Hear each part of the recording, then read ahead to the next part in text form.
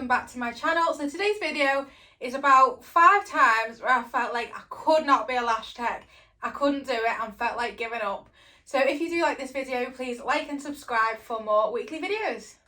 So number 1 was my confidence. During my training, it was a 1-day course of which there was a massive group of people. I felt like there wasn't very one-to-one. I felt like I couldn't ask a question. I felt like I was just there working on the doll's head on my own, and I didn't really have anyone to speak to. There were girls around, but I wasn't very confident to speak at that time. So when I came home, I felt like I just wasn't good enough to go and practice on people like actual alive head, a live set of lashes. So it was that confidence to go and do that. That took me a while. So that was a good few weeks and months out of the time that I could have been learning more. So that was a real struggle to get over that. I did just start practicing on like friends and family and things like that. But this is why I'm so passionate now about helping other new beginner lash techs to be able to ask questions in a group, be able to speak to people, like learn from their experiences, share their own experiences too. So I've created this Facebook group, completely free, a free Facebook group for everyone to join. It is called Lashology Lash Techs. So this is a private group, only a couple of members in. You can request to join and I'll accept you. And it'll be a space where you can ask me questions, speak to other lash techs, other beginners, other people who want to, and yeah, build a little community, which is really cute. So the second time I felt like giving up was when I wasn't fully booked and I found that my clients' lashes weren't lasting, and it'd be a massive confidence like knocker, because you'd be like, I just thought I could not do it, that's it, I can't do it, I've been trying my best, I cannot do it. So to overcome that, firstly with the not being fully booked, was I realised the importance of social media, how important that was to stay consistent, post all quality content. I stopped posting anything that I wasn't sure of or didn't feel like it was 100% my best work. So I stopped that and then made social media one of my priorities. And then secondly, for the lashes not lasting, I kind of just wished I had someone to help me, someone to ask, someone, or even like a community, as I mentioned previously, to just ask a question, ask what products would you recommend for a retention booster or a super bonder, because the products I've found now, literally swear by them. Like, I'll use them on every single client. I would not use anything else now, and my lashes last 2, 3, 4 weeks now onwards. So yeah, that is such a confidence knocker when that happens, because you just see all these perfect sets on social media, on Instagram, of lashes that look absolutely amazing. Lash techs are posting, oh, these have lasted 6+ weeks, and it'd make you think, wow, like mine are only lasting a week or two, and you just wouldn't really know why. But you've just got to do your research about the products you're using, ask other people what products they're using and works for them.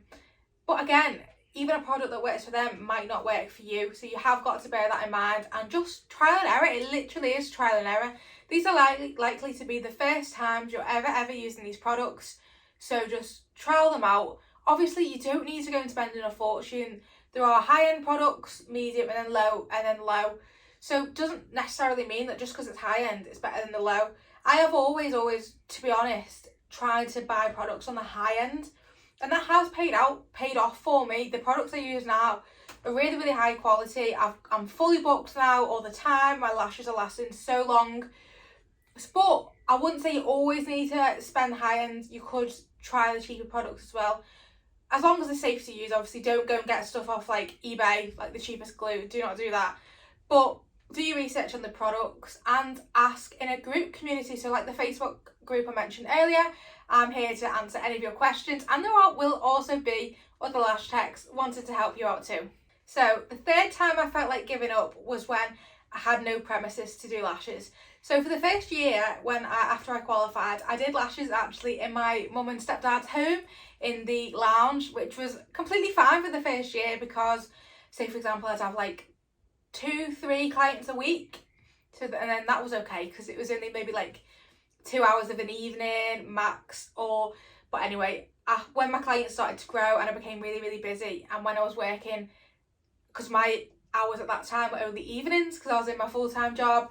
I'd be working, coming in at 5 and then starting work at 6, then working till like 9 or 10 o'clock at night, which was not good in the family's lounge because obviously they want to go and like watch telly and just, yeah, spend family time in there. But instead, it all left me dead quiet at the house because I'd have clients coming in. Don't get me wrong, clients did not mind it at all. It wasn't anything to do with that. So if you're planning on setting up at home or in your lounge or in your family's home, like, clients do not mind at all. They're completely fine.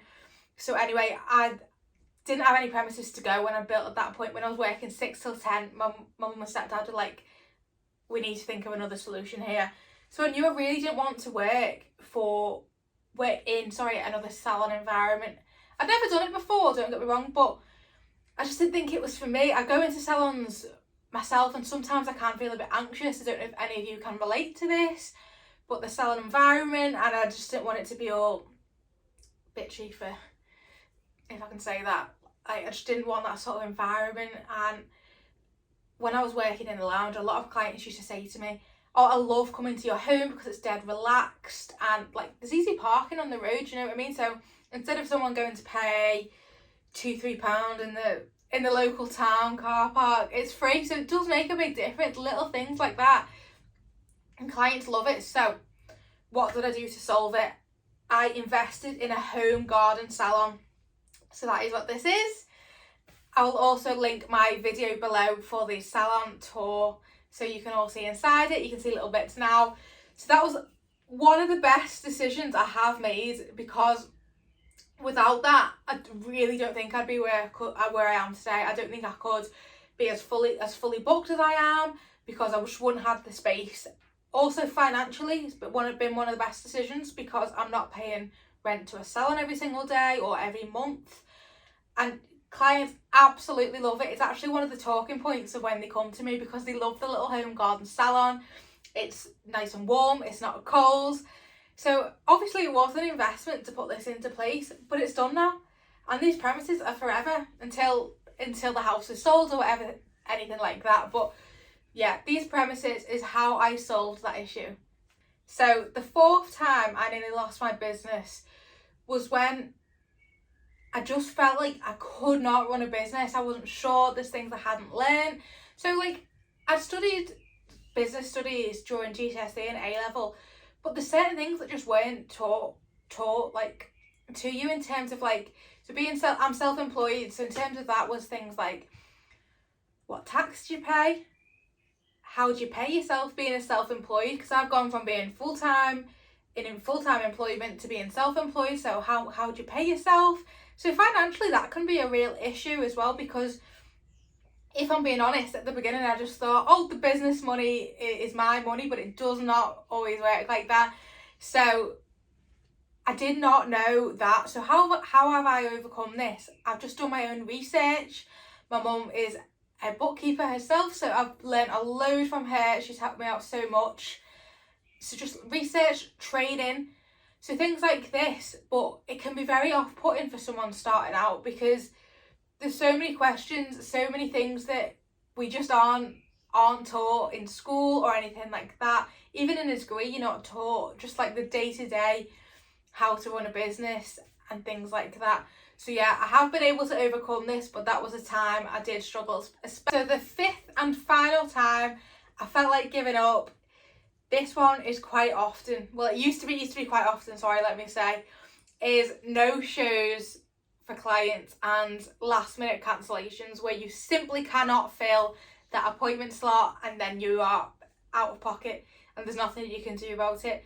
So this has happened to me so many times, and every time it's so disappointing, because like you put your absolute all into your business, into advertising, into getting the booking, speaking to the clients, getting them ready for the appointment, and then they simply just don't show, and you sat there for an hour and a half, whatever it is, whatever the appointment is, and you've got no money. And being a small business, that is so difficult, because like over time that is so much money. Like if people do that once a day, 3-4 times a week, that is hundreds if not thousands of pounds a year completely lost, when that appointment could have been filled as well, or you could have at least had the opportunity to fill it. So how have I overcome this?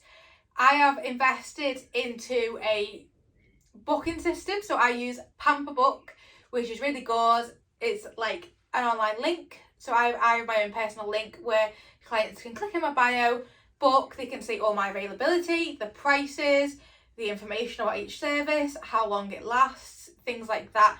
It then, when a client books, it also takes their deposit off them automatically, and it saves their card details, so that if they do no show on the day, you can charge a fee. So what I do is I take a £15 deposit each client if they no show on the day, or 15 minutes late, which means I can't do their appointment, or if they cancel on the day too, they are charged a £20 standard fee on top of the deposit. So this just covers me completely for any no-shows. So now if they do no-show, it's no problem at all. Whereas before it'd be so disheartening where you just feel like, what is the point? Because I might come in the morning, 10 o'clock, I might have a busy day through to 8 o'clock at night. Then suddenly I've got 4 messages, can't make it, emergency, can't make it, whatever it is. And you're just like, what's the point? Like, you're like, what is the point? I've made nothing today now. May as well have just sat at home.